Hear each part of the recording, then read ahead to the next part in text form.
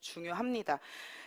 이 오토 판매사까지 가는 과정, 그 방법, 방향은 오토 판매사의 방향이고 그 과정이 저는 성공의 8단계라고 생각을 해요. 그래서 성공의 8단계 순서대로 오토 판매사의 방향으로 하라고 하잖아요. 그래서 성공의 8단계를 순서대로 한번 해보시면서 성공의 8단계 안에 계획을 세우고 실천을 하는 게 다 들어가 있어요. 근데 그 방향을 오토 판매사 방향으로 잡으면서 여러분들은 무조건 첫 번째 목표는 뭐예요? 판매사예요.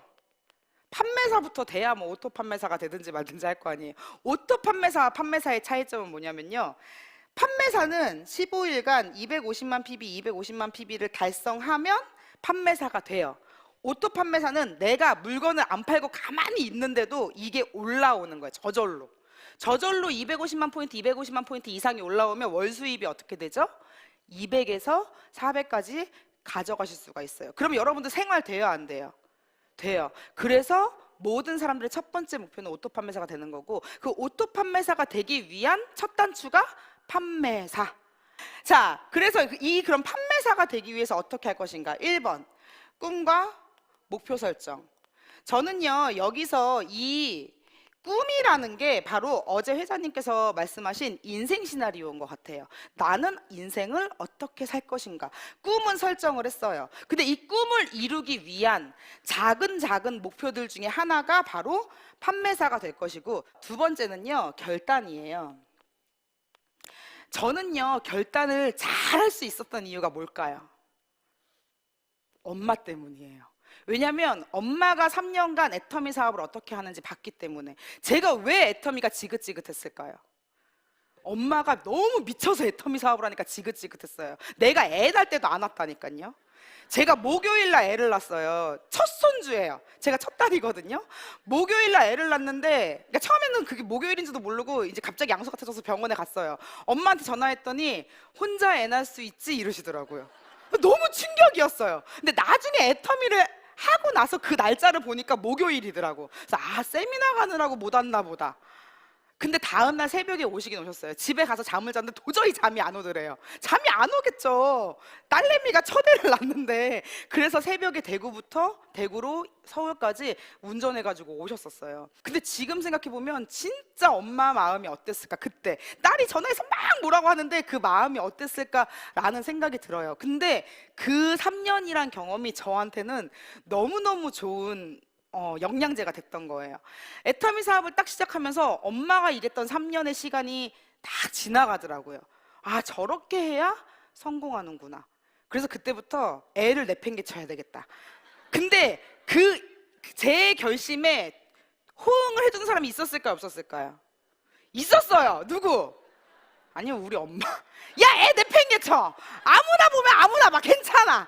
애터미에만 몰입해. 그러니까 항상 엄마가 제 편이었어요. 그러니까 주변에 어떤 가족들이나 친구들이 쟤 미쳤어, 쟤 미쳤어, 쟤 미쳤어, 애도 버리고 막 이래도 아무렇지도 않았어.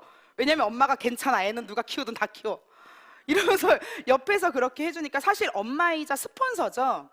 그래서 그게 굉장히 제가 결단하는 데 도움이 많이 됐었고, 자, 주도적으로, 긍정적으로 살면서 대가 지불을 해야 된다라고 제가 써놨는데, 대가 지불을 하는 데 있어서 힘들까요? 쉬울까요? 힘들어요. 마음이 힘들어요. 그래서 긍정적인 사고가 필요해요. 그래서 저는 긍정적으로 생각하려고 노력하는 편이고, 그러다 보니까 대가 지불이 힘들지 않았어요. 어떤 대가 지불이 와도, 어떤 힘든 상황이 와도 내가 긍정적으로 생각하려고 노력했기 때문에.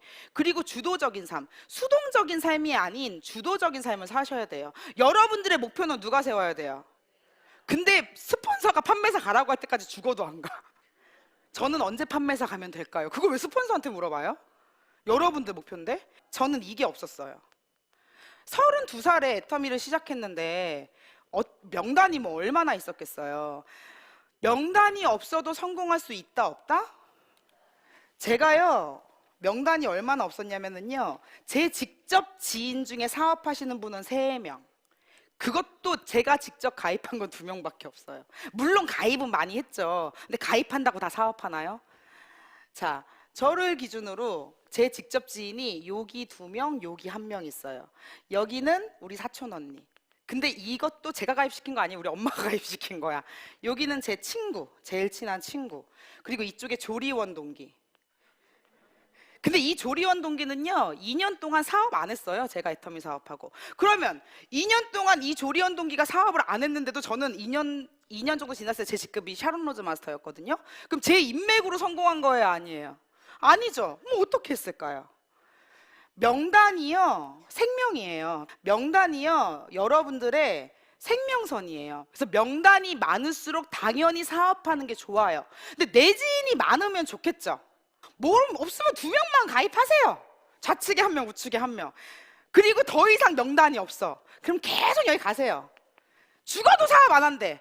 그럼 사업 안 해야 되니까 1명만 소개시켜줘, 1명만 소개시켜줘. 지긋지긋해서 소개시켜준다니까요. 계속 찾아가면은. 그러면 또 소개를 받았어. 둘 다 또 안 한대. 1명만 소개시켜줘, 1명만 소개시켜줘. 그러니까 시간은 오래 걸릴 수 있어요. 왜냐면 소개로 나가면 나랑 신뢰관계가 없죠. 내 직접 지인이 아니면. 그 사람과 신뢰관계를 쌓는 데까지 시간이 필요하고요. 신뢰관계가 생기면 소개를 해줄까요, 안 해줄까요? 그래서 여러분들이 중요한 거는요, 이제 후속 관리 부분에서 이거는 이야기할 얘기인데, 여러분들이 신뢰관계를 쌓아야 되고 그 사람을 내 편으로 만들어야 돼요. 그래서 어딜 가도 그 이성현 박사님이 그러시죠. 태도가 전부라고. 좋은 태도가 굉장히 중요한 것 같아요. 연습생 이름을 다 적어. 100명이든 200명이든 상관없어요. 다 적고 이제 말을 하는 거예요. 야, 좋은 세미나 있는데 가볼래? 관심도 없는 사람한테는. 야, 진짜 5천만 원 버는 일 있다는데 알아볼래? 조금 돈을 벌거나 사업을 하시는 분들한테는 이렇게 얘기하는 게 좋아요. 집에서 놀고 있는 아줌마들한테는 야, 너 할 일도 없는데 같이 나랑 놀러 가자. 좋은 교육 있으니까 가서 듣고 우리 힐링 좀 하고 오자. 이렇게 초대해도 괜찮고, 소비자분들한테는 이 제품으로 돈도 벌 수 있는데 알아보러 가실래요? 이런 말을 일단 다 하세요. 근데 안 가요, 안 가요, 안 가요, 안 가요, 안 가요, 안 가요. 보통 그렇죠. 근데 이 중에 1명이 온대. 그럼 좋아요, 안 좋아요? 여러분들이 몇 명한테 말씀을 해보셨냐고요? 몇 명한테? 초청은요, 거절받는 게 당연해요. 여러분들도 여기 쉽게 안 오셨죠? 저도 3년 만에 세미나 갔어요. 거절하는 게 당연하기 때문에. 근데 여러분들이 초청을 잘 못하는 이유가 뭐냐면 거절받는 게 두려워서예요. 그래서 회장님이 말씀하신 지맘의 법칙, 제가 참 이걸 잘해요. 저는 원래 걱정이 없는 스타일이에요. 일단 던져놓고 걱정은 누가 하는 거예요? 뭐 그 사람이 하든지 말든지. 전 집에 가서 발 뻗고 잘 자거든요. 눈만 마주치면 얘기해요. 회원가입 하실래요? 하기 싫으면 마세요. 세미나 와보실래요? 오기 싫으면 마세요. 전 오기 싫으면 마세요. 안 오면 본인만 손해예요. 전 이렇게 얘기해요. 오면 내가 좋아요, 그 사람이 좋아요? 근데 여러분들이 자꾸 오면 내가 좋다고 생각해. 아니에요. 그 사람들에게 엄청난 기회를 주는 거라고 생각하면 이게 자신 있게 말이 나와요. 회원가입도 회원가입 좀 해주시면 안 돼요? 이게 아니라, 아니 회원가입 하세요. 안 하면 당신만 손해니까. 이렇게 말해보세요. 안 하려다가도 한다니까요. 그런가 싶어가지고. 전 그런 경험이 많아요. 막 여러 명 있으면 분위기가 조금만 이상하면 한 명만 안 한다 그러면 전부 다 안 하는 분위기가 되잖아요. 그래서 안 하셔도 상관없는데 먼저 하는 사람이 유리해요. 그럼 갑자기 1번 한대, 자기가. 그럼 한 명이 1번 한다 그러면 옆에 있는 사람이 2번 한대. 이건 분위기 싸움이에요. 분위기 싸움이면 그 분위기를 누가 주도해 가야 돼요? 내가. 그래서 나한테 자신감과 당당함이 있어야 돼요. 그리고 한 명도 안 와도 실망하지 마세요. 왜? 과정이에요. 여러분들이 아무한테도 말을 안 한 거랑 말을 한 거랑은 달라요. 아무도 못 온다고 했는데 그 중에 이 사람이 못 오긴 하지만 다음에 시간 내면 가줄게 라는 반응을 보였어. 꼭 체크해 놓으셔야 돼요. 그리고 그 다음 주에 또 얘기해야 돼. 아시겠죠? 자, 다음은요, 사업 설명인데, 저는요, 사업 설명을 잘할 필요는 없다라고 생각해요. 근데 중요한 건 여러분들이 사업 설명을 통해서 누군가를 끌어당기려면 여러분들 말에 강력한 동기가 있어야 돼요. 내가 왜 애터미를 하는지, 내가 왜 애터미를 하는지, 나는 애터미를 통해서 어떤 삶을 살고 싶은지가 내 머릿속에 있으면은요, 그게 사업 설명이에요. 이 사람한테 가서 애터미 회사는 이렇고 제품은 어렵죠. 그런 얘기보다는요, 야, 나는 왜 애터미 하는 줄 알아? 나는 이렇게 살고 싶어. 뜬구름 잡는 소리죠. 그런데 왜 그렇게 이야기를 하셔야 되냐면 그 이야기를 알아먹는 사람이 나와야 성공해요. 그 사람 만나면 저는 계속 제 꿈 얘기만 했어요. 제가 왜 학교 선생까지 그만두면서 이 일을 할까요? 이 일에는 엄청난 게 숨어 있습니다. 잘 살고 싶지 않으세요? 성공하고 싶지 않으세요? 언니는 사는데 힘든 거 없으세요? 애들 건강은 어때요? 학원 어때요? 남편은요? 직장 탄탄해요? 이런 이야기를 하다 보면 관심 없는 사람도 있지만 그걸 공감하고 느끼는 사람이 결국 사업자로 나오더라는 거죠. 소비자 만드는 건 너무 쉬워요. 많이 전달하면 되니까. 문제는 여러분들 사업에 탄력을 받으려면 나와 같은 꿈쟁이가 나와야 돼요. 그게 여러분들의 사업 설명이 돼야 됩니다. 그 다음은요, 후속 관리죠. 저는 후속 관리를 이렇게 생각해요.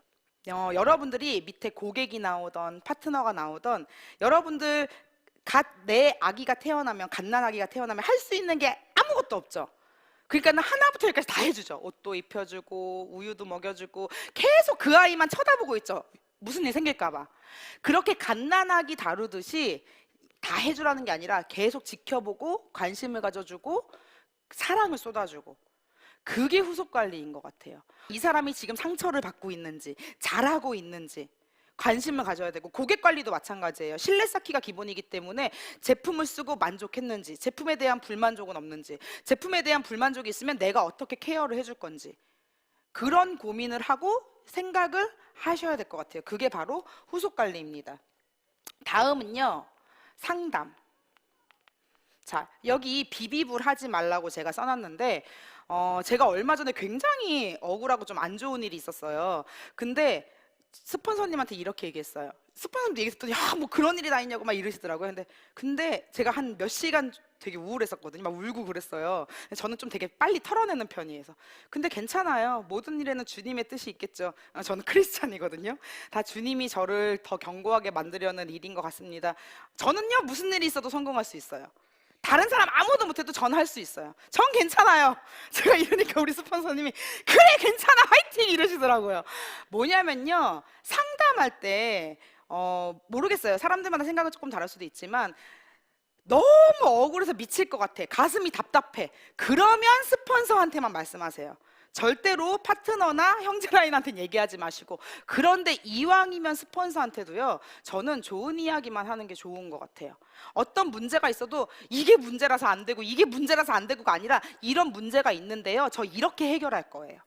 이게 좋은 상담인 것 같아요. 그리고 이왕이면 여러분들의 목표, 의지, 결단을 상담하세요. 목표 혼자 세우지 마시고 스폰서랑 상담하세요. 스폰서님, 제가 이렇게 해서 이때 팀장 도전하고 싶은데 가능할까요?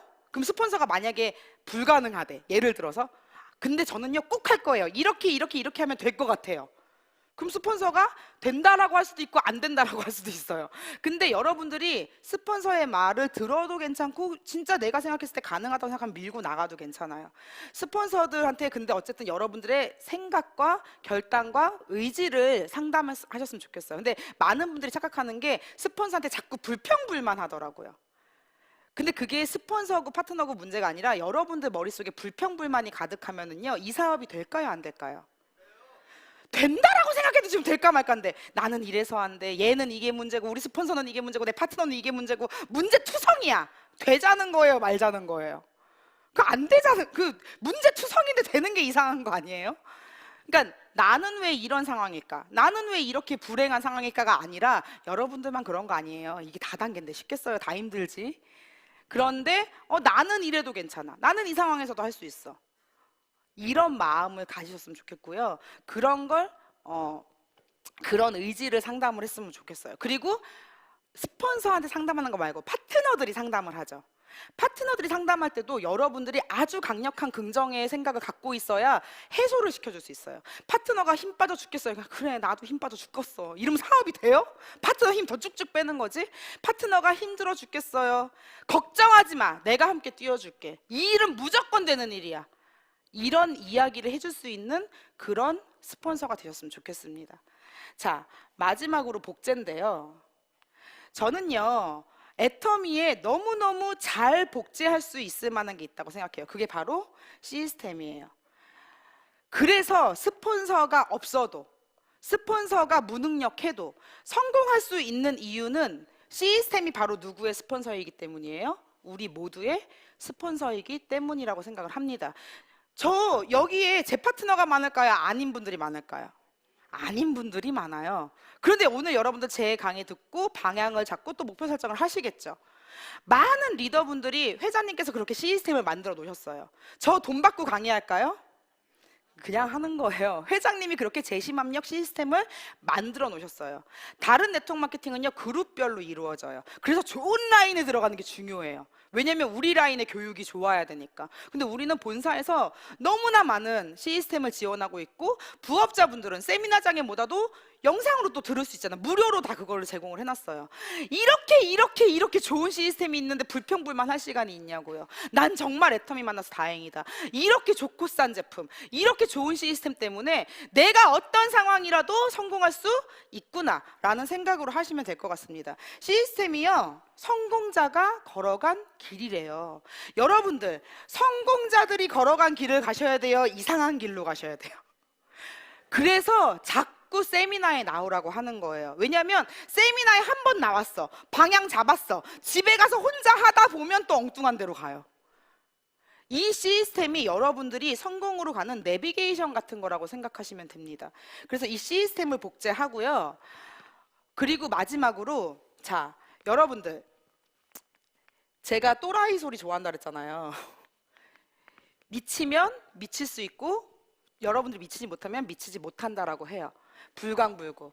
그리고 애터미는 능력이 필요한 일이 아닙니다. 이성현 박사님 강의에도 여러 번 나왔는데, 열정과 끈기가 필요한 일이에요. 이 열정과 끈기가 뭐죠? 그릿이에요. 이거는 여러분들의 생각과 노력으로 충분히 바꿀 수 있는 일이라고 생각을 합니다. 여러분들이 열정 가득하고 죽어도 성공하려는 끈기로 모두 성공하기 바라면서 오늘 강의 마치도록